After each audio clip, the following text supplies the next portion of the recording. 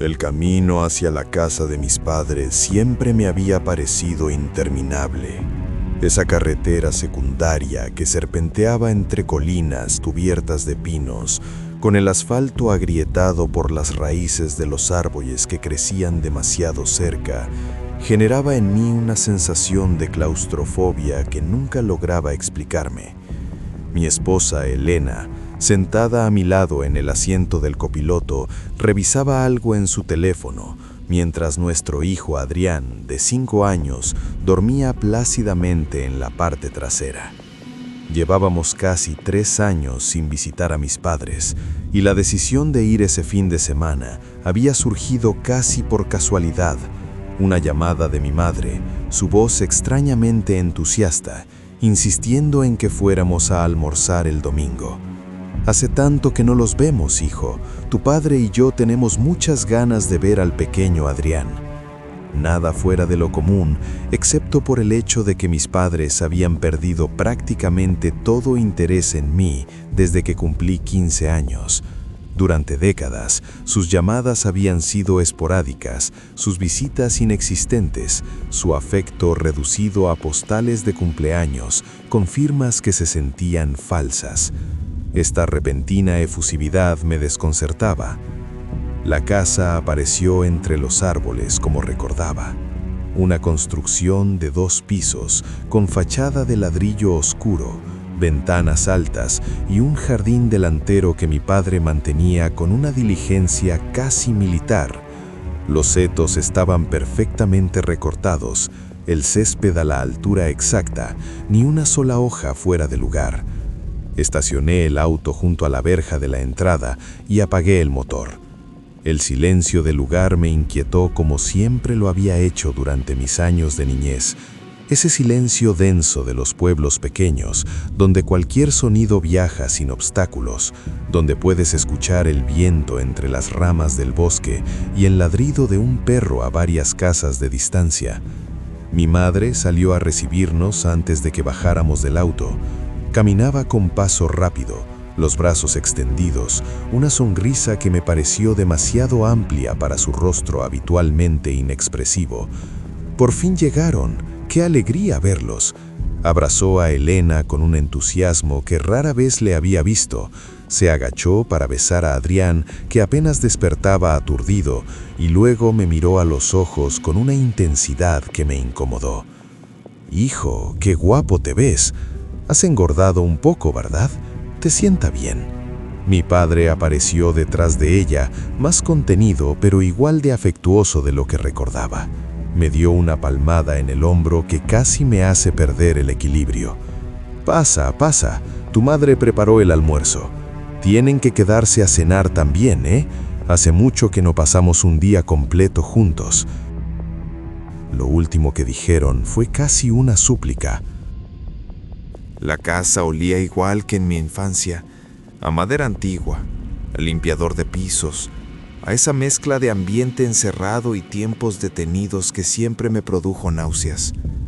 Los muebles del salón estaban en las mismas posiciones que recordaba de hacía 30 años. El sofá de terciopelo marrón, las lámparas con pantallas de encaje, el televisor antiguo que mi padre se negaba a reemplazar. Todo idéntico, como si el tiempo en esa casa hubiera decidido detenerse en algún punto indeterminado del pasado. Elena se sentó en el sofá con Adrián, que ya empezaba a mostrar señales de inquietud. Mi madre trajo jugo para el niño y café para nosotros, y la conversación fluyó con una normalidad que me pareció forzada. Mis padres preguntaban por mi trabajo, por la escuela de Adrián, por los planes de Elena, pero había algo en la forma en que los observaba que me inquietaba.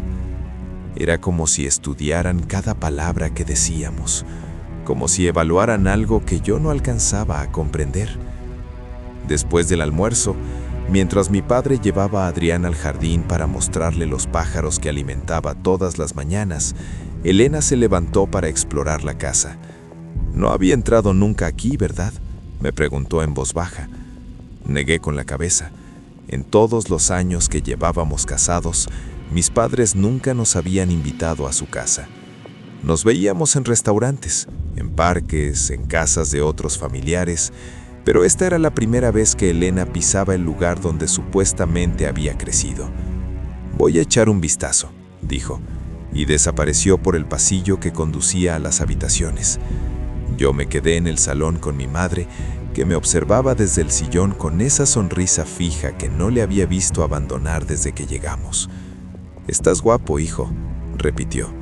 «Te pareces mucho a cómo era tu padre de joven». El comentario me pareció extraño, pero no le di importancia.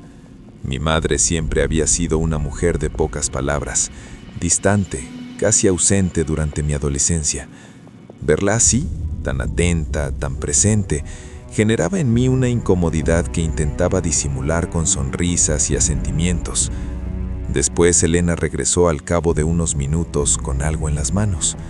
Era un álbum fotográfico viejo, de esos con tapas de cuero sintético y páginas de cartulina negra donde las fotos se fijaban con esquinas adhesivas de papel. «Mira lo que encontré en la biblioteca», dijo, y se sentó a mi lado para abrirlo. Mi madre se puso rígida en su sillón. La observé llevar las manos al regazo, apretar los dedos con fuerza. «Ah, ese álbum», dijo con una voz que sonó demasiado controlada. «Es muy viejo. No sé por qué lo guardo todavía». No hizo ningún movimiento por quitárnoslo de las manos, y eso me pareció significativo. Elena pasó las primeras páginas con calma. Estaba lleno de fotos de la familia en distintos eventos, retratos familiares antiguos en blanco y negro e imágenes borrosas de paisajes que no reconocía. Mis padres cuando eran jóvenes, sonriendo con esa felicidad fingida de las fotografías de época. Mis abuelos, a quienes yo apenas recordaba, posando frente a casas que ya no existían más. Y cuando yo comenzaba a preguntarme qué estaba haciendo mi padre con Adrián, Elena se detuvo en una página específica, mirando algo con intriga. La fotografía mostraba una feria, uno de esos eventos ambulantes con juegos mecánicos y puestos de comida que visitaban los pueblos cada cierto tiempo. En primer plano, había un niño de unos 6 o 7 años que le sonreía a la cámara, con una bolsa de alguna comida en una mano y un globo con forma de estrella en la otra. Detrás de él, el carrusel giraba en un movimiento congelado por la fotografía, y más atrás se distinguía la silueta de un payaso con un ramo de globos. «¿Este eres tú, verdad?», preguntó Elena, señalando al niño de la foto. Me incliné para mirar mejor. El niño tenía mi misma nariz, la misma forma de mi cara, mis mismos ojos oscuros. Vestía una camisa a cuadros que me resultó vagamente familiar, aunque no recordaba haberla usado nunca, y estaba junto a mis padres enmarcando un momento feliz en familia. «Supongo que sí», dije, aunque algo en mi interior se tensó. No recordaba ese lugar, no recordaba esa foto, no recordaba haber estado nunca en una feria con mis padres. «Debió ser antes de que cumpliera 7 años», añadí, intentando sonar casual. «Tengo muy pocos recuerdos de cuando era más pequeño». Y entonces Elena señaló un detalle que yo había pasado por alto. «Mira», dijo, «aquí se nota mucho una cicatriz detrás de la oreja. ¿Acaso tienes una? Nunca te la había visto». La pregunta flotó en el aire durante un segundo que se extendió como una eternidad. Me llevé la mano hacia el cuello y palpé la piel detrás del lóbulo. Nada. Mi piel estaba perfectamente lisa. Me toqué la oreja izquierda con el mismo resultado. Ninguna cicatriz, ninguna marca, ningún rastro de la herida que el niño de la foto claramente había sufrido. «Quizás se curó», dijo mi madre con una voz que sonó demasiado rápida, como si intentara esconder algo. «Las heridas de los niños sanan muy bien, no dejan marcas». Elena y yo nos miramos un poco perplejos. Había algo en esa explicación que no convencía a ninguno de los dos. La cicatriz de la foto era claramente visible, incluso a través de la vieja cámara, una línea curva en forma de media luna, lo suficientemente profunda como para haber dejado una marca permanente. Si yo era el niño de esa foto, si ese era mi rostro, mi cuerpo, mi historia, entonces algo no encajaba. «¿En qué feria fue esto?», pregunté, intentando mantener la voz estable. Mi madre desvió la mirada hacia la ventana, hacia el jardín donde mi padre y Adrián reían junto a los pájaros. Fue hace mucho tiempo, dijo. No recuerdo bien. Una de esas ferias que venían al pueblo cada verano. Se levantó bruscamente del sillón. Voy a ver si tu padre necesita ayuda con Adrián. Y desapareció por la puerta trasera, dejándonos solos con el álbum abierto sobre nuestras piernas. Elena me miró con los ojos entornados. Hay algo raro aquí, susurró. Ese niño se parece muchísimo a ti, pero no eres tú. La cicatriz lo demuestra. Asentí, incapaz de articular palabras. Mi mente procesaba la información a una velocidad que me mareaba. Si no era yo, ¿quién era? ¿Un hermano que nunca me mencionaron? ¿Un primo? ¿Un niño cualquiera que casualmente se parecía a mí? Pero la explicación que mi madre había ofrecido, de que la herida se había curado sin dejar rastro, era imposible. Las cicatrices como esa no desaparecen, permanecen, se desvanecen quizá, pero siempre dejan algún rastro. Y yo no tenía ningún rastro. Mi piel detrás de las orejas era perfectamente lisa. El resto de la tarde transcurrió en una neblina de conversaciones forzadas y sonrisas fingidas. Mis padres regresaron del jardín con Adrián, que corría de un lado a otro mostrándonos las migajas de pan que había usado para alimentar a los pájaros. Mi padre se sentó a su lado y comenzó a hacerle reír con muecas y gestos exagerados, una conducta que nunca le había visto en las raras ocasiones en que nos habíamos encontrado. Mi madre preparó café y trajo galletas caseras, algo que tampoco recordaba que supiera hacer, y la conversación giró hacia temas intrascendentes: el clima, los precios del supermercado, las noticias del pueblo. Pero yo apenas escuchaba. Mi mente seguía fija en la foto, en el niño con la cicatriz, en la imposibilidad de lo que había visto. Cuando cayó la noche, mi padre anunció que había preparado las habitaciones para que nos quedáramos a dormir. No pueden irse ahora, dijo con una firmeza que no admitía discusión. Está oscuro, la carretera es peligrosa de noche. Quédense, mañana desayunamos juntos y se van con luz. Elena me miró con una interrogante en los ojos. Yo tenía la boca seca, el estómago revuelto, pero asentí. La idea de quedarme en esa casa me producía una repugnancia física que apenas lograba ocultar, pero decir que no habría requerido explicaciones que no estaba preparado para dar. Además, una parte de mí quería quedarse.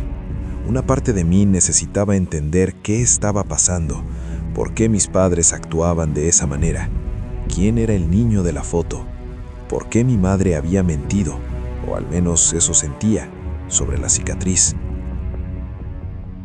Nos instalaron en la habitación de invitados, como nos indicaron. Una estancia en la planta alta con un balcón que daba al jardín trasero. La cama era amplia y estaba cubierta con sábanas que olían a lavanda. El armario contenía toallas limpias y frazadas dobladas, y todo parecía ya estar acomodado desde días antes. Adrián dormiría en un colchón auxiliar que mi padre había preparado junto a la ventana. «Miren qué vista», dijo el anciano, abriendo las cortinas. El jardín trasero se extendía hacia el bosque de pinos que se perdía en la oscuridad. La luna estaba apenas visible entre las nubes, proyectando una luz tenue que apenas permitía distinguir los contornos de los árboles. «Mañana pueden llevar a Adrián a explorar», añadió mi padre con una sonrisa calculadora. «Hay senderos muy bonitos por esta zona». Cuando mis padres se retiraron y cerraron la puerta detrás de ellos, Elena se volvió hacia mí con los ojos muy abiertos. «Hay algo muy mal aquí», dijo en voz baja, casi un susurro. «Vi a tu madre escondiendo el álbum de fotos después de la comida, y la forma en que te miran. Me da escalofríos. Siento que están tramando algo». Me dio una sensación fría por la espalda. «Eso es ridículo», dije, aunque sabía que no lo era. «Están viejos. La gente cambia cuando envejece, es todo». Elena negó la cabeza. «No es solo eso, es también la forma en que miran a Adrián, como si estuvieran Elena no terminó la frase. Me senté en el borde de la cama y me llevé las manos a la cara. La paranoia se extendía por mi cuerpo como un veneno lento. ¿Por qué yo no tenía recuerdos de mi infancia? ¿Por qué todo antes de los 7 años era como un vacío negro en mi mente? Siempre había asumido que era normal, que los recuerdos tempranos se desvanecen con el tiempo, que la memoria es selectiva y traicionera. Pero ahora, con la imagen del niño de la foto grabada en mi cerebro, con la cicatriz que yo no tenía, pero él sí, con mis padres comportándose como extraños que intentaban desesperadamente parecer familiares, todo me parecía sospechoso, todo me parecía peligroso. Elena se acostó a mi lado y apagó la lámpara de la mesita. La habitación quedó sumida en una penumbra apenas rota por la luz de la luna que se filtraba entre las cortinas. Adrián ya dormía en su lugar junto a la ventana, con la respiración pausada de los niños que se entregan al sueño sin resistencias, sin preocupaciones. Yo permanecí despierto, con los ojos fijos en el techo, escuchando los crujidos de la casa antigua, el viento entre los árboles del jardín, mis propios latidos acelerados en los oídos. Había algo terrible acechando en esa casa, algo que no lograba nombrar, pero que sentía en cada poro de mi piel. La foto del niño que no era yo, el álbum que mi madre quería ocultar, los recuerdos que no existían. Y en algún lugar de mi mente, una voz que no quería escuchar susurraba que nada de eso era coincidencia, que la visita no había sido casual, que mis padres nos habían querido allí por una razón que todavía no alcanzaba a comprender, que el niño en esa foto guardaba un secreto que cambiaría todo lo que creía saber sobre mí mismo. Cerré los ojos y esperé el sueño que tardaría horas en llegar. No sé cuánto tiempo pasé medio despierto en la oscuridad de esa habitación. El reloj de la mesita marcaba las 2:40 de la mañana cuando por primera vez escuché aquel extraño sonido. Era una risita, una risa infantil, aguda y lejana, que parecía venir de algún lugar de afuera de la casa. Me incorporé en la cama, escuchando con atención, intentando determinar si era real o producto de mi mente aún medio dormida. El sonido se repitió, más claro esta vez, como si un niño estuviera jugando en el jardín trasero a esa hora imposible. Elena dormía a mi lado con el sueño profundo que siempre suele tener, y Adrián permanecía inmóvil en su colchón junto a la ventana, con el resplandor de la luna dibujando formas fantasmales sobre su cuerpo tranquilo. Me levanté con cuidado de no hacer ruido y caminé hacia la ventana. Mis pies desnudos se hundieron en la alfombra vieja, que olía a polvo y a décadas de encierro. Aparté las cortinas apenas unos centímetros, lo suficiente para asomarme al jardín trasero. La luna había salido de detrás de las nubes y bañaba el césped con una luz plateada que hacía que todo pareciera sumergido bajo agua. Los árboles del bosque se mecían con el viento, dibujando sombras que se estiraban y contraían como dedos negros tratando de alcanzar algo en el suelo. Y entonces, lo vi. Junto al seto que separaba el jardín del bosque, había una figura oscura. Estaba inmóvil, completamente quieta, mirando hacia la ventana de nuestra habitación.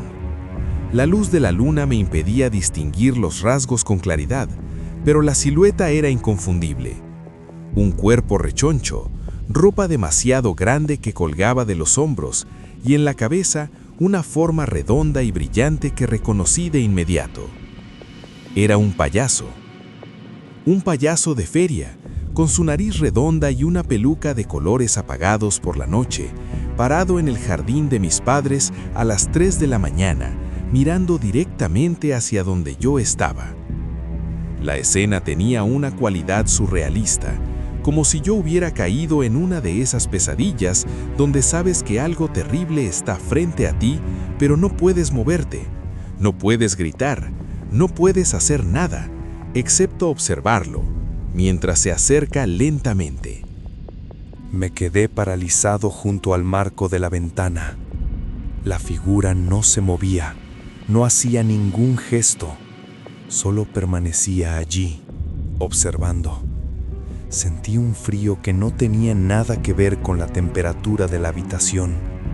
Un frío que nacía en mi estómago y se extendía hacia mis extremidades, entumeciéndome los dedos, helándome la espalda.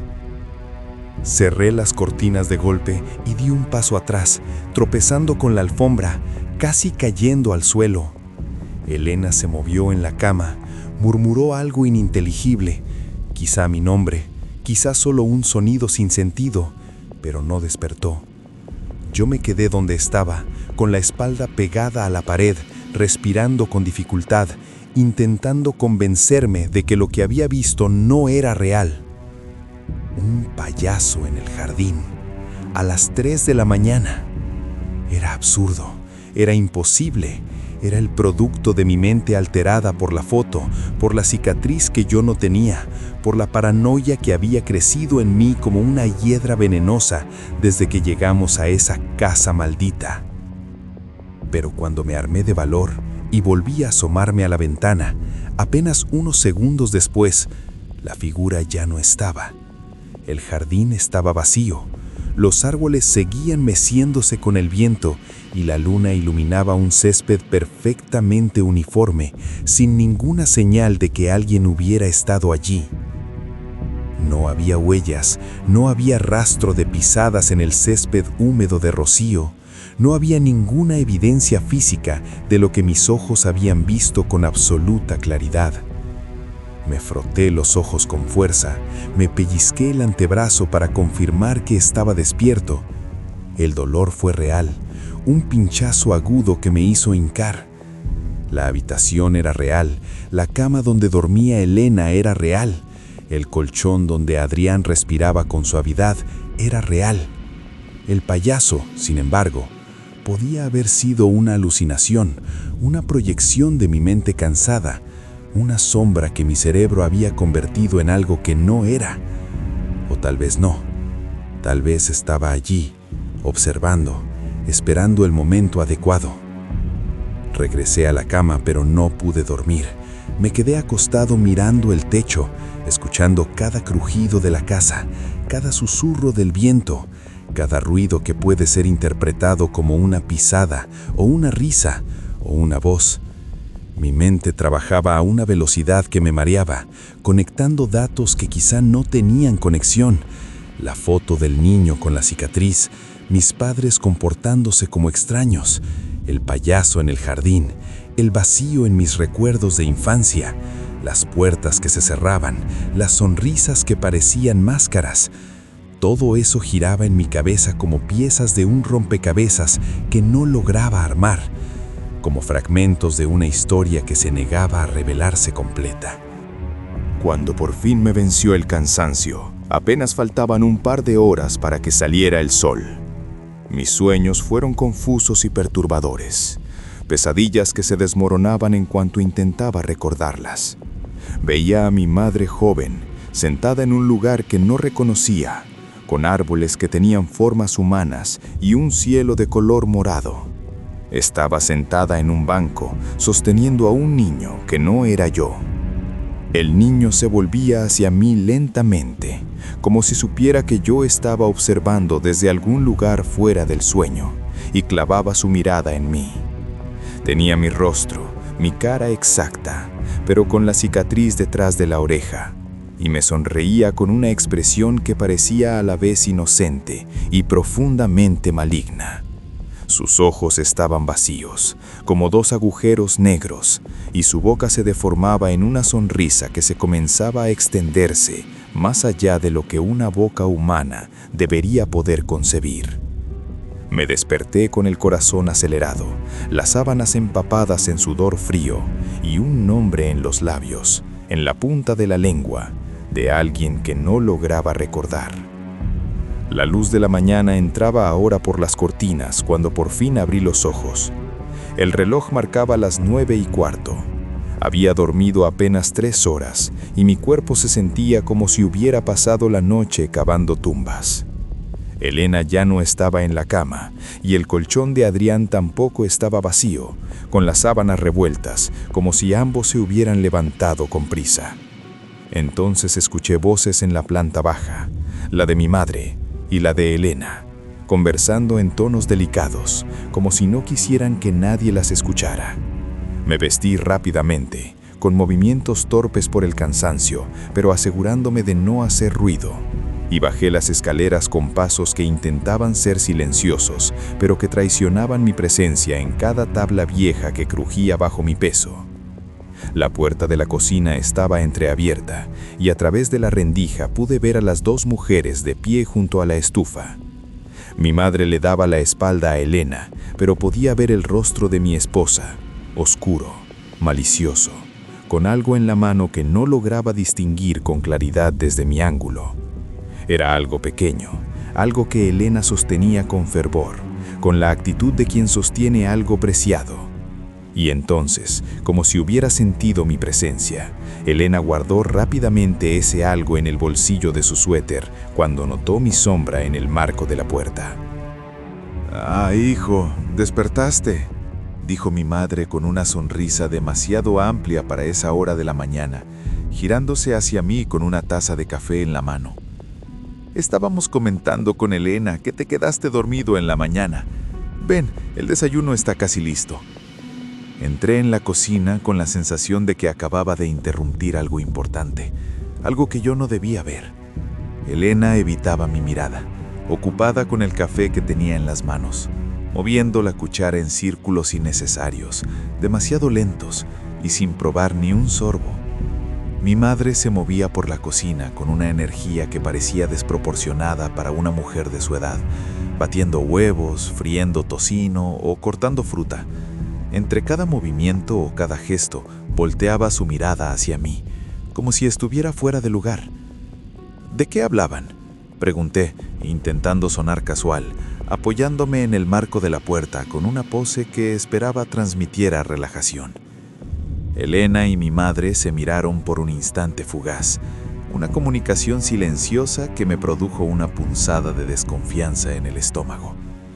«De nada importante», dijo Elena demasiado rápido, con una voz que sonó ensayada, como si intentara desviar la conversación.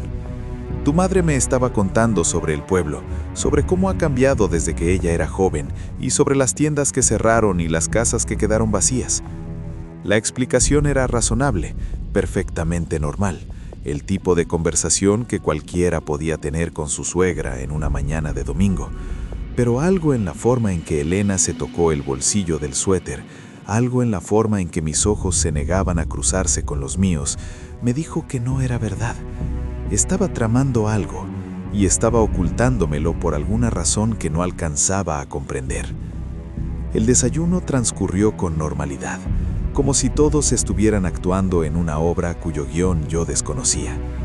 Mi padre había llevado a Adrián al jardín delantero otra vez, para enseñarle a usar una vieja bicicleta que tenía guardada en el garaje desde tiempos inmemoriales, y los gritos de emoción de mi hijo llegaban hasta la cocina como una banda sonora de felicidad que contrastaba violentamente con el silencio incómodo que había entre nosotros tres. Mi madre no dejaba de sonreír, de servirme más café, de preguntarme por cosas triviales que yo respondía con monosílabos mientras mi mente trabajaba en otros asuntos. Elena comía sin levantar la vista del plato, con la mano izquierda siempre cerca del bolsillo donde había guardado aquello que yo no había podido ver, protegiéndolo como si fuera un tesoro o un secreto que no debía ser revelado. Después del desayuno, cuando mi madre se retiró a descansar un rato, según sus palabras, aunque sus ojos brillaban con una energía que contradecía la supuesta fatiga, seguí a Elena hasta la habitación. Cerré la puerta detrás de nosotros con un golpe seco y la enfrenté, con los brazos cruzados sobre el pecho, esperando una explicación que no llegaba. ¿Qué encontraste?, pregunté directamente, sin preámbulos, sin intentos de suavizar la interrogante. Elena me miró con los ojos muy abiertos, como si no entendiera a qué me refería, como si mi pregunta fuera completamente inesperada. ¿De qué hablas?, Su voz tembló apenas un poco, pero fue suficiente. En la cocina, guardaste algo en tu bolsillo. Estabas hablando con mi madre sobre algo que no querías que yo supiera, algo que cambió tu expresión cuando me viste llegar. Elena negó con la cabeza, pero la mano se le fue involuntariamente al bolsillo del suéter, un movimiento que traicionaba sus palabras. No es nada, en serio, solo es... Su voz se apagó, y durante un instante que se estiró como chicle, pensé que me iba a decir la verdad, que me iba a revelar qué había descubierto que la tenía tan alterada. Pero entonces su expresión cambió, se volvió defensiva, casi agresiva, y dijo: ¿Por qué no te fías de mí? ¿Qué te pasa desde que llegamos aquí? Estás paranoico, ves conspiraciones en todo, interpretas cada conversación como si fuera un complot en tu contra. La discusión que siguió fue breve, pero intensa, una tormenta de palabras amargas que ninguno de los dos quería decir, pero que salieron como agua de un dique roto. Elena me acusó de estar obsesionado con la foto, de inventarme problemas donde no los había, de arruinar la visita con mis sospechas infundadas, de tratar a sus padres como si fueran criminales.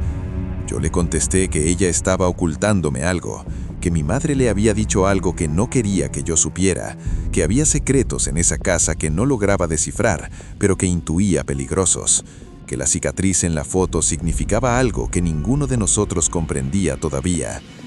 Al final, Elena se sentó en el borde de la cama con la cabeza entre las manos, llorando en silencio, y yo me quedé junto a la ventana mirando hacia el jardín, donde mi padre y Adrián reían juntos, completamente ajenos a la tormenta que se desarrollaba en la planta alta. «Hablemos de esto después», dijo Elena, finalmente, secándose los ojos con el dorso de la mano. «Ahora mismo no puedo, no así. Estoy cansada, estás agotado, y ninguno de los dos está pensando con claridad». Se levantó y salió de la habitación, dejándome solo con mis pensamientos y con la creciente sensación de que algo terrible estaba ocurriendo a mi alrededor, algo que todos parecían saber excepto yo, algo que se escondía detrás de las sonrisas y las puertas cerradas y los secretos que nadie quería compartir. Fue en ese momento cuando decidí que teníamos que irnos. No importaban las excusas, no importaban las insistencias de mis padres, no importaba que Elena pensara que estaba loco. Necesitaba sacar a mi familia de esa casa, alejarnos de ese lugar donde el aire se sentía denso y los secretos se acumulaban como polvo en los rincones invisibles. Bajé las escaleras con paso decidido, con una determinación que nacía del puro instinto de supervivencia. Busqué a Adrián en el jardín delantero. Lo encontré montando la bicicleta con mi padre corriendo a su lado, sosteniéndolo por el asiento para que no cayera. «Vamos, hijo», dije con una voz que intenté mantener calmada. «Recoge tus cosas, nos vamos». Mi padre se detuvo y me miró con una expresión que no le reconocí, algo que estaba más allá de la simple decepción. Era una mezcla de tristeza genuina y algo más oscuro, algo que no pude descifrar en ese momento, pero que me produjo un escalofrío. «¿Tan pronto?», preguntó con una voz demasiado tranquila para las circunstancias. «Tu madre iba a preparar algo especial para el almuerzo. Pensábamos que se quedarían hasta la tarde. Hace tanto que no pasamos tiempo juntos». «Lo siento», dije, aunque no lo sentía en absoluto, aunque cada célula de mi cuerpo me pedía que saliera corriendo de ese lugar. «Surgió algo inesperado. Tenemos que irnos». Adrián protestó, como era de esperar, con esa capacidad que tienen los niños de no comprender la gravedad de las situaciones. Quería seguir en la bicicleta, quería quedarse con el abuelo, quería explorar el bosque que había visto desde la ventana de nuestra habitación. Pero yo fui inflexible, más de lo que hubiera querido ser, con un tono de voz que asustó a mi hijo y lo hizo callar de inmediato.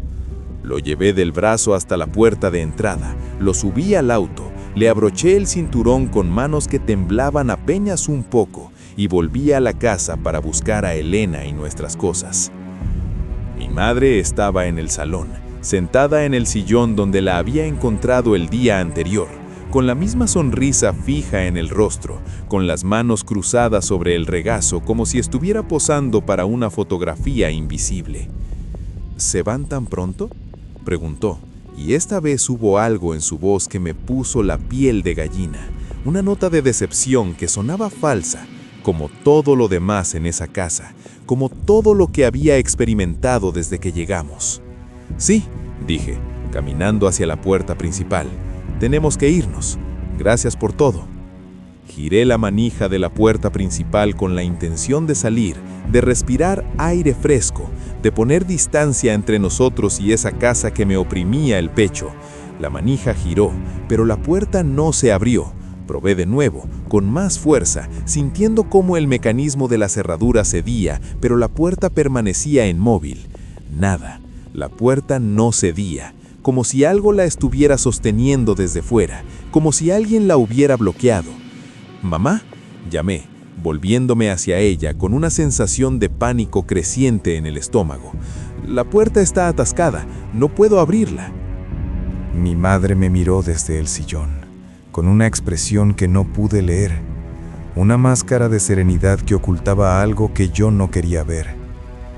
«A veces pasa con la humedad», dijo con una calma que me resultó grotesca dadas las circunstancias. «Las casas viejas tienen esos problemas. La madera se hincha y las puertas se traban. Prueba por la puerta trasera, esa suele abrirse mejor».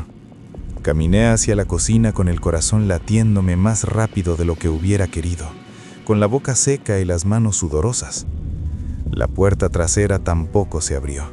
Estaba cerrada con llave desde fuera, algo que comprobé al ver que no había llave en la cerradura del lado de adentro, algo que confirmé cuando intenté forzarla y sentí la resistencia del mecanismo bloqueado. Sentí un frío que me recorría la espalda. Un presentimiento terrible que se materializaba en cada puerta cerrada, en cada ventana sellada. «¡Helena!», grité, con una voz que se quebró en la última sílaba. «¿Dónde estás?».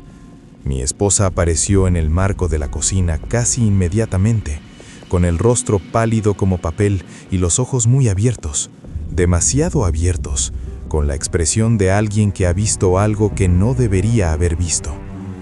«Las ventanas», dijo en voz baja, casi un susurro. «Están todas clavadas. Probé abrir la del baño para que entrara aire y está clavada desde fuera, con clavos largos, como los que usan para sellar casas abandonadas». Nos miramos en silencio durante un instante que se extendió como una eternidad, un momento suspendido en el tiempo, donde ambos comprendimos simultáneamente que algo andaba terriblemente mal. Mi madre permanecía sentada en el salón del salón, con esa sonrisa que ya no parecía una sonrisa, sino una mueca fija, inamovible, grabada en su rostro como parte de una mascarilla que nunca se quita. Mi padre entró en la casa por la puerta del garage, la única que aparentemente seguía funcionando, y nos miró con una expresión que me heló la sangre en las venas. Era la mirada de alguien que ha sido descubierto, alguien que ya no necesita mantener la farsa.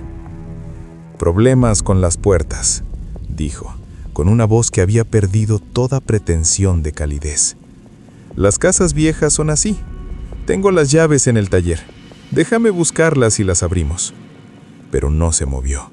Se quedó parado en el marco de la puerta del garage, mirándonos, con esa misma expresión que había visto en mi madre, con esa misma sonrisa que ahora reconocía como algo predatorio disfrazado de hospitalidad, como si estuvieran esperando algo, como si supieran algo que nosotros no sabíamos, como si todo esto fuera parte de un plan que solo ellos conocían desde el principio. Entonces fue cuando intenté recordar. Me forcé a recordar cómo había llegado a esa casa la primera vez, cuándo había sido, qué edad tenía, quién me había llevado. Busqué en mi memoria un rostro joven de mi madre, un momento de mi nacimiento, una imagen de mí mismo como bebé en brazos de alguien que me amara. No encontré nada. El primer recuerdo que pude evocar con claridad fue el de mi despertar en una habitación de esa misma casa, con 7 años recién cumplidos, sin saber cómo había llegado allí, sin recordar un antes, sin preguntar por qué algo en mí sabía que no debía hacerlo. Siempre había asumido que los recuerdos tempranos se borraban con el tiempo, que era normal no recordar los primeros años de vida, que mi memoria era simplemente defectuosa. Pero ahora, en esa casa con las puertas cerradas, con mis padres mirándome con ojos que ya no reconocía como paternales, con esa cicatriz del niño de la foto grabada en mi mente como una marca de hierro candente, comprendí que algo andaba terriblemente mal en la historia de mi vida.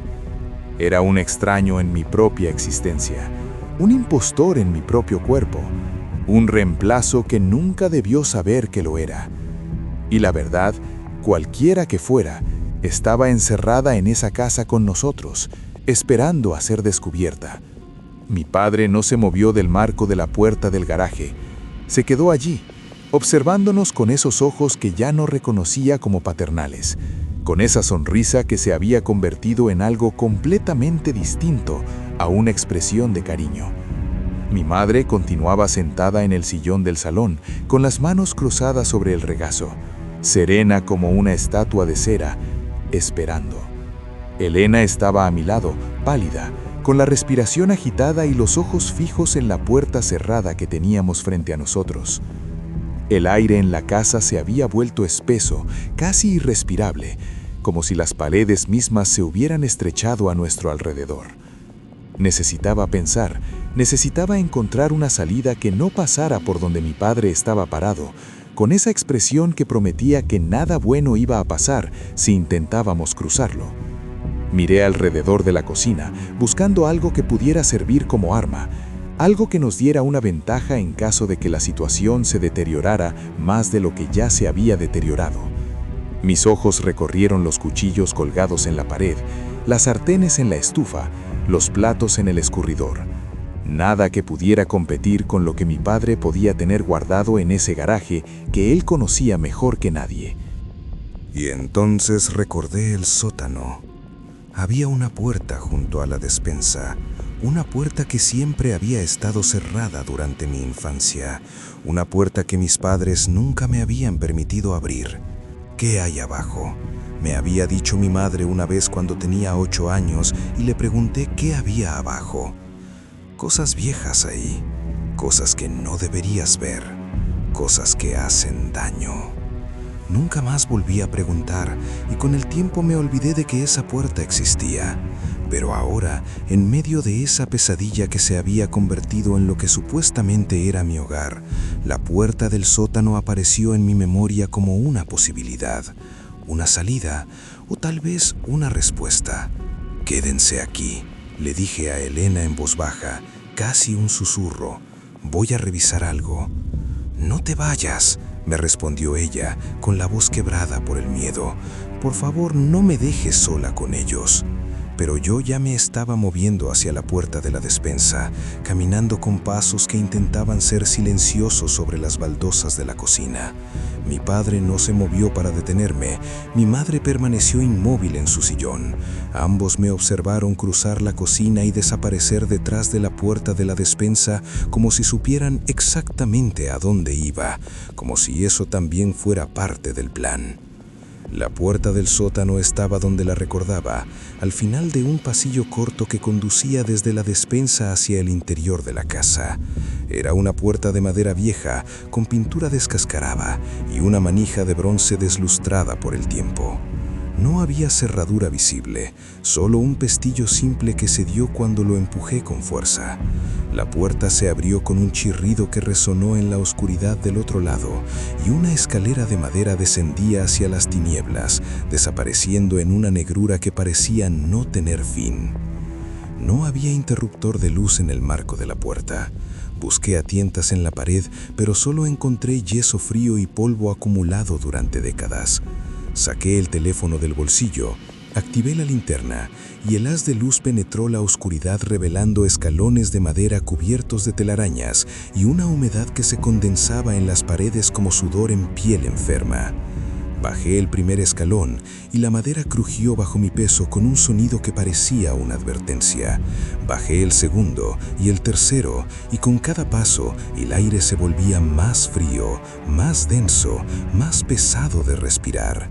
La escalera parecía no terminar nunca, extendiéndose hacia un abismo que no quería contemplar.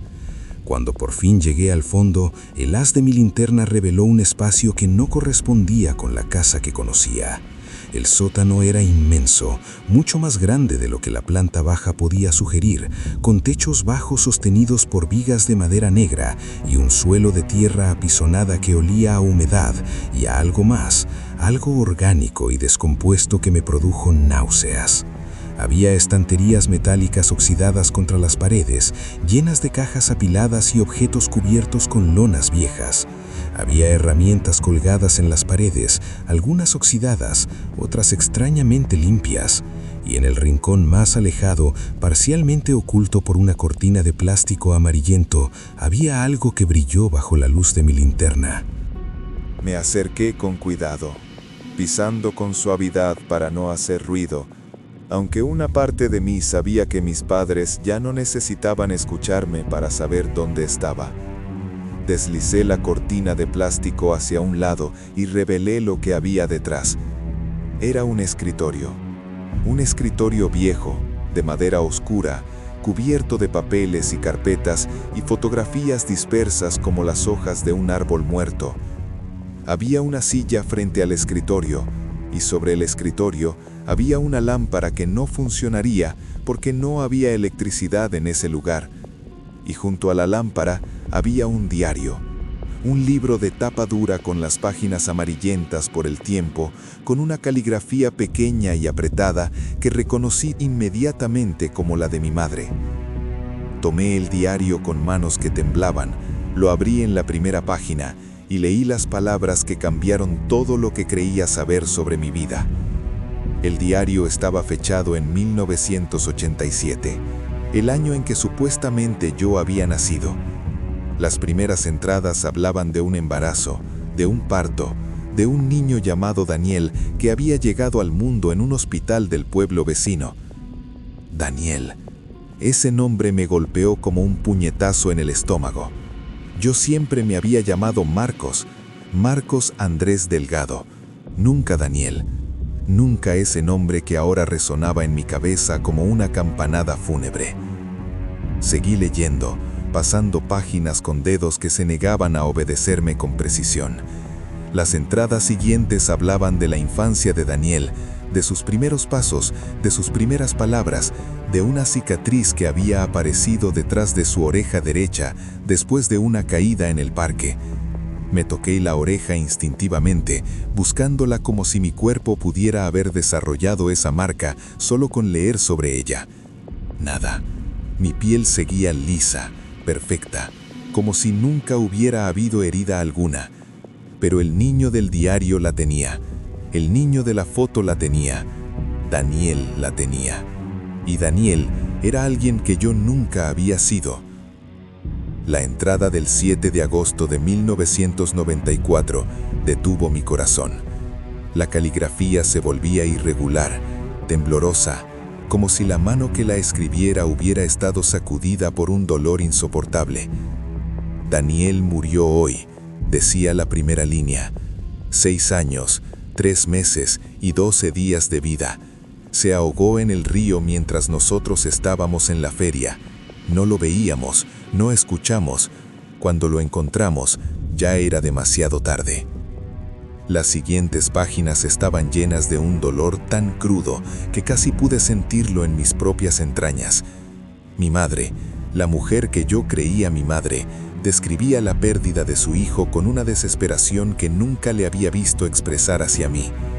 Las lágrimas que nunca derramó por mí, las noches de insomnio que nunca compartió conmigo, el vacío que nunca me permitió conocer.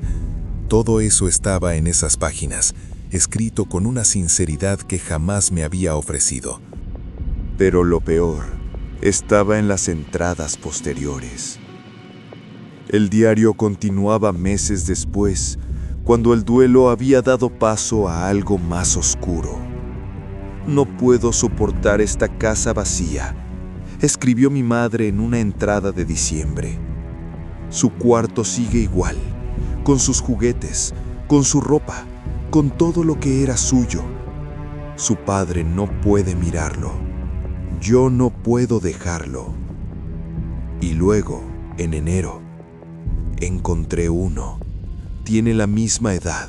Se parece mucho. Podría funcionar. Lo que seguía era un plan, descrito con una precisión clínica que me heló la sangre. Un plan para secuestrar a un niño que se parecía a Daniel, un niño que podría ocupar el lugar que Daniel había dejado vacío, un niño que podría ser reprogramado, reeducado, transformado en el hijo que habían perdido. El niño era yo. Dejé caer el diario sobre el escritorio, con las manos temblando violentamente, con el estómago revolviéndose como si hubiera ingerido veneno. Yo había sido robado, arrancado de alguna parte, de alguna familia, de alguna vida que nunca conocería. Mis padres no eran mis padres, mi nombre no era mi nombre, mi historia no era mi historia. Todo lo que creía saber sobre mí mismo era una mentira construida sobre el cadáver de un niño que había muerto hace décadas. Un niño cuya identidad yo había sido forzado a asumir sin saberlo. Busqué en el escritorio con desesperación, tirando cajones, volcando papeles, buscando algo que confirmara lo que el diario ya me había revelado. Encontré periódicos viejos, amarillentos por el tiempo, con titulares que anunciaban la desaparición de un niño de 5 años en una ciudad a 300 kilómetros de distancia. La foto del niño era borrosa, pero los rasgos eran reconocibles. Eran mis rasgos. Eran mi rostro antes de que yo supiera que tenía uno. El niño había desaparecido en 1994, el mismo año en que Daniel había muerto, el mismo año en que mis recuerdos comenzaban. Encontré certificados de defunción con el nombre de Daniel, con una fecha de nacimiento que no era la mía, con una fecha de defunción que precedía a cualquier recuerdo que yo tuviera. Encontré fotos de un niño que se parecía a mí, que llevaba una cicatriz que yo no tenía, que sonreía de una manera que yo nunca había sonreído, que existía en un mundo que yo nunca había conocido. Y encontré algo más, algo que paralizó mi corazón con un frío que no tenía nada que ver con la temperatura del sótano. Fotos recientes, fotos de los últimos meses, fotos de mi hijo Adrián. Las fotos estaban organizadas en una carpeta con una etiqueta escrita a mano: el nuevo candidato. En las imágenes, Adrián aparecía en situaciones cotidianas que alguien había fotografiado sin que nosotros lo supiéramos. Adrián saliendo de la escuela, Adrián jugando en el parque, Adrián durmiendo en su habitación, Adrián con su madre en el supermercado. Fotos de vigilancia, tomadas con teleobjetivos desde distancias considerables, acumuladas durante meses, quizá años. Y en los márgenes de las fotos, anotaciones escritas con la misma caligrafía del diario. Buena estructura ósea, ojos oscuros como los de Daniel, temperamento adecuado. Esta vez lo cuidaremos mejor. El piso del sótano pareció inclinarse bajo mis pies. La revelación era tan monstruosa que mi mente se negaba a procesarla completa. Mis padres, esas personas que no eran mis padres, no me habían secuestrado solo para reemplazar al hijo que habían perdido. Me habían criado, me habían cuidado, me habían dejado ir cuando crecí porque ya no les servía como reemplazo. Pero ahora tenían un nuevo objetivo: Ahora tenían a mi hijo, ahora tenían a Adrián, que tenía la edad perfecta, que se parecía lo suficiente, que podía ser moldeado de formas que yo ya no podía. La visita no había sido casual, la insistencia no había sido cariño, el encierro no había sido una casualidad. Todo había sido una trampa diseñada desde el principio, preparada durante meses, ejecutada con una precisión que daba vértigo. Mis padres, esos extraños que me habían robado la vida, querían a mi hijo. Querían repetir el ciclo, querían un nuevo Daniel, un nuevo reemplazo, una nueva oportunidad para mantener viva la fantasía que habían construido sobre la tumba de su hijo verdadero. Y yo se los había entregado voluntariamente, sin saberlo, conduciendo hasta su casa con mi esposa y mi hijo, entrando en la trampa con la inocencia de un cordero que camina hacia el matadero. Las escaleras del sótano se me aparecieron como el único camino hacia la salvación, pero sabía que arriba me esperaban las personas que habían destruido mi vida y querían destruir la de mi hijo. No tenían ninguna intención de dejarnos ir. El encierro no era un accidente, era el primer paso de un proceso que ya había comenzado y que solo podía terminar de una manera si yo no hacía algo para impedirlo. Subí las escaleras de 3 en 3, con el corazón martilleando en mi pecho, con la determinación de sobrevivir ardiendo en la otra. Elena estaba arriba, sola con ellos, probablemente aterrorizada, probablemente comprensiva ya de todo lo que yo acababa de descubrir. Y Adrián estaba en el auto, esperando a que su padre regresara, sin saber que su padre era un secuestrado que acababa de descubrir que sus secuestradores querían hacerlo a él también. Llegué a la puerta del sótano y la abrí de golpe, dispuesto a enfrentar lo que me esperaba del otro lado, dispuesto a pelear por mi familia con una furia que nunca había conocido, dispuesto a morir si era necesario para que mi esposa y mi hijo pudieran escapar de esa casa maldita donde me habían robado la identidad y ahora querían robarlo todo. Abrí la puerta del sótano con tal violencia que las bisagras chirriaron como animales heridos. El pasillo de la despensa estaba vacío, pero podía escuchar voces en la cocina. Voces que se elevaban y se entrecortaban. Voces que reconocí como las de Elena y mi padre. Corrí hacia el sonido, con el teléfono aún apretado en la mano, con la linterna iluminando manchas de luz que danzaban sobre las paredes, con el corazón golpeándome el pecho como si quisiera salir. La cocina estaba exactamente como la había dejado minutos antes, pero las posiciones habían cambiado. Elena estaba arrinconada contra la nevera, con los ojos desorbitados y las manos levantadas en gesto de defensa. Mi padre estaba frente a ella, más cerca de lo que cualquier persona debería estar, con una expresión que ya no simulaba nada humano. Mi madre seguía en el salón, de pie ahora junto al marco de la puerta, observando la escena con esa serenidad que había aprendido a temer, con las manos cruzadas frente al pecho, como si estuviera presenciando una obra de teatro. «Aléjate de ella», dije, y mi voz sonó más calmada de lo que me sentía, más firme de lo que hubiera creído posible. Mi padre giró la cabeza hacia mí con un movimiento lento, casi mecánico. Sus ojos me recorrieron de arriba a abajo, evaluándome como había evaluado a Adrián en las fotos que acababa de encontrar, como había evaluado a mí hace décadas, cuando decidió que yo era adecuado para su propósito. «Encontraste el sótano», dijo. Y era una afirmación, una pregunta. «¿Encontraste las cosas de Daniel?»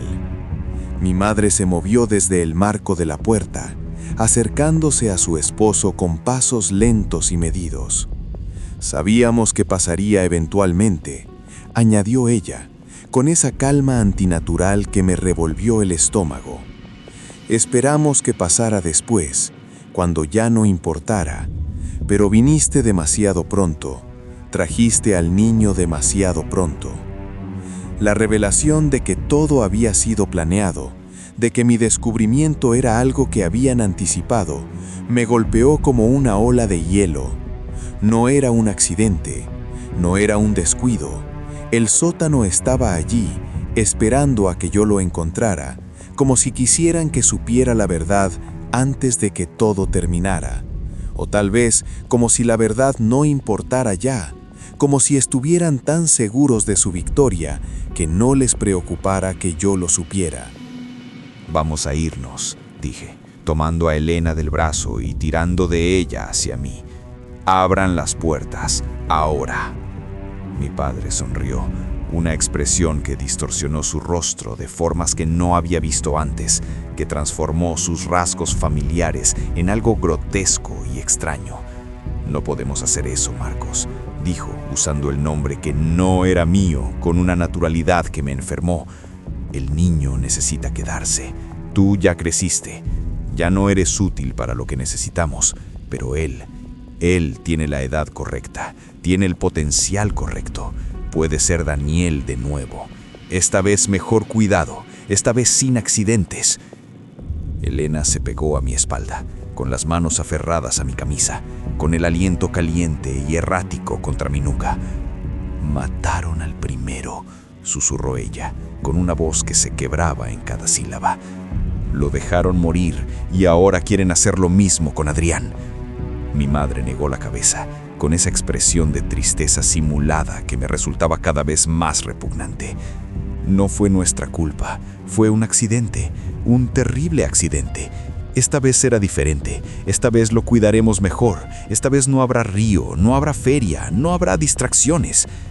El absurdismo de esa conversación, la normalidad con la que discutían el secuestro de mi hijo como si fuera un trámite burocrático, me produjo una rabia que creció desde algún lugar profundo de mi ser.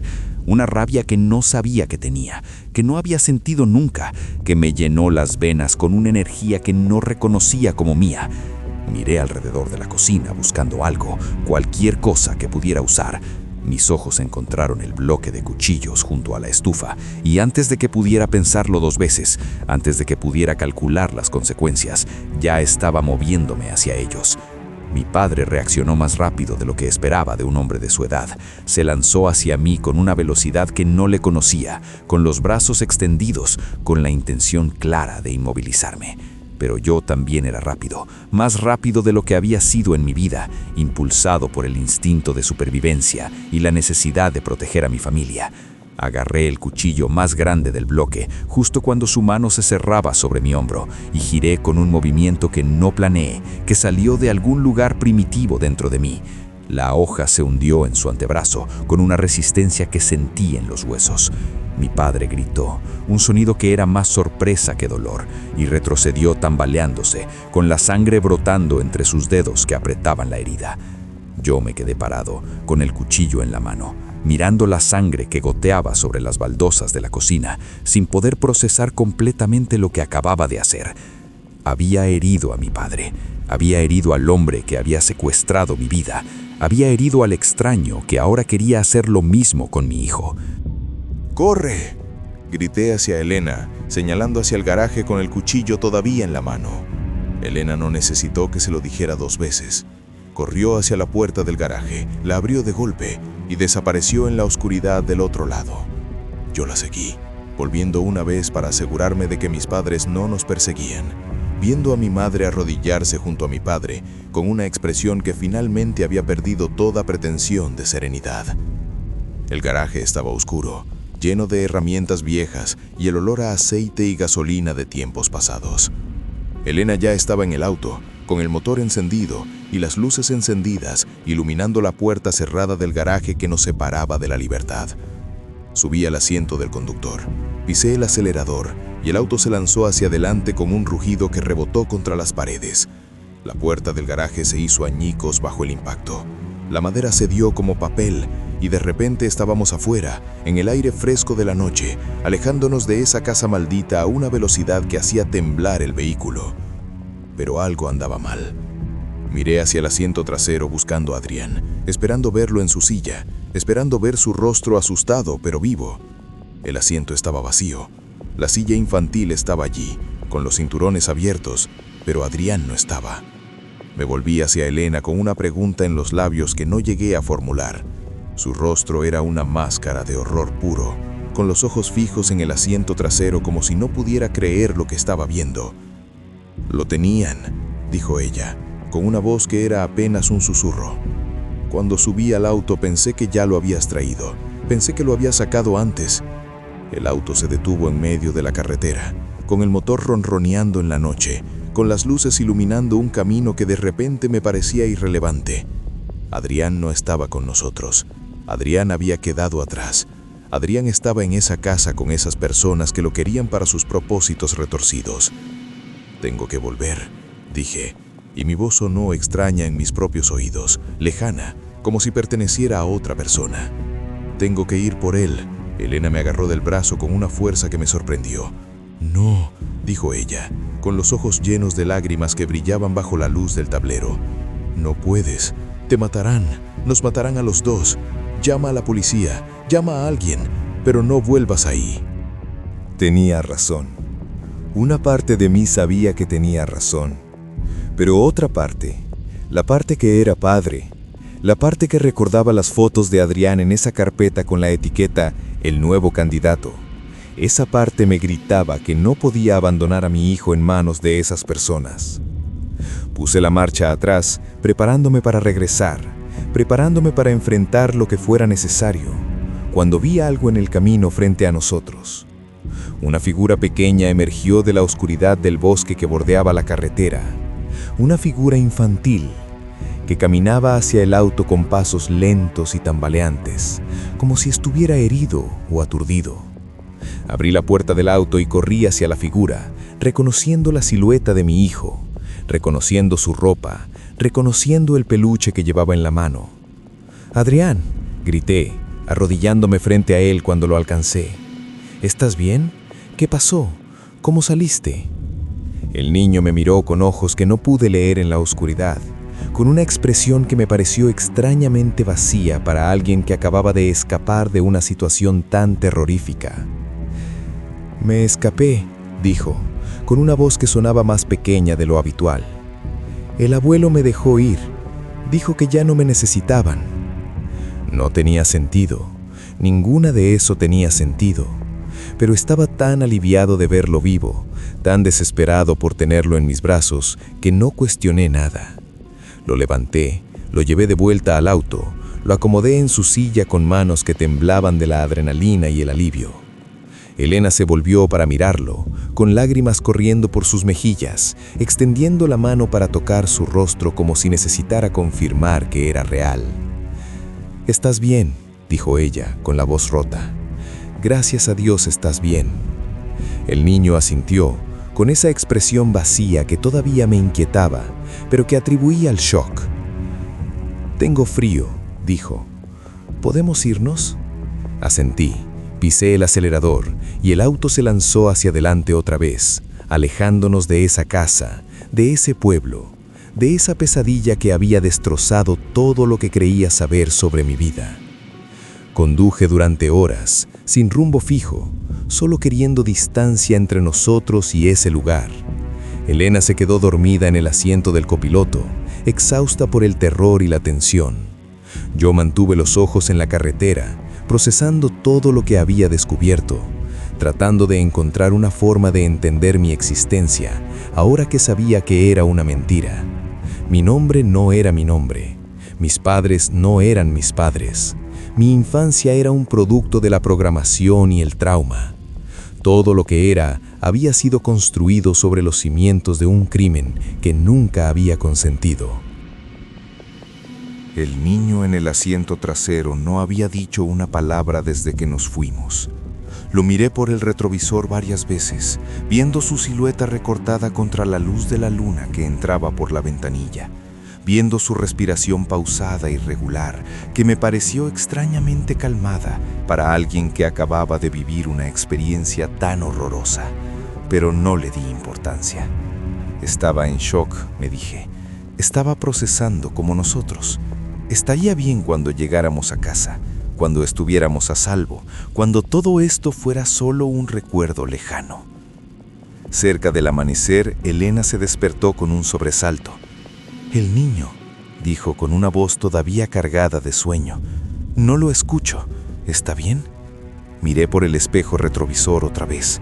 Adrián estaba despierto, mirando por la ventanilla con ojos demasiado serenos para un niño de su edad, demasiado conscientes, demasiado algo que no lograba identificar.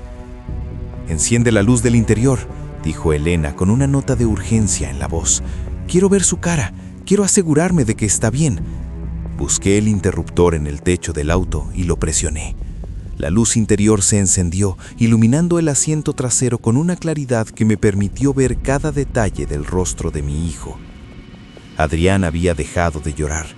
No es que hubiera estado llorando antes, me di cuenta de repente. No había hecho ningún sonido desde que lo encontramos en el camino. Simplemente había estado callado, observando, esperando. Y ahora, bajo la luz interior del auto, podía ver su rostro con más claridad. El niño sonreía. Era una sonrisa que no le reconocía, una sonrisa que se extendía demasiado lejos en su rostro, una sonrisa que no llegaba a sus ojos, que permanecían vacíos y oscuros como pozos sin fondo, una sonrisa que no pertenecía a un niño de 5 años, que no pertenecía a ninguna persona normal, que parecía esculpida en su rostro con una precisión antinatural. «Adrián», dije con una voz que se quebró en la última sílaba. «¿Estás bien, hijo?» El niño inclinó la cabeza hacia un lado, con un movimiento que me pareció calculado, estudiado, como si estuviera imitando un gesto que había visto en algún lugar.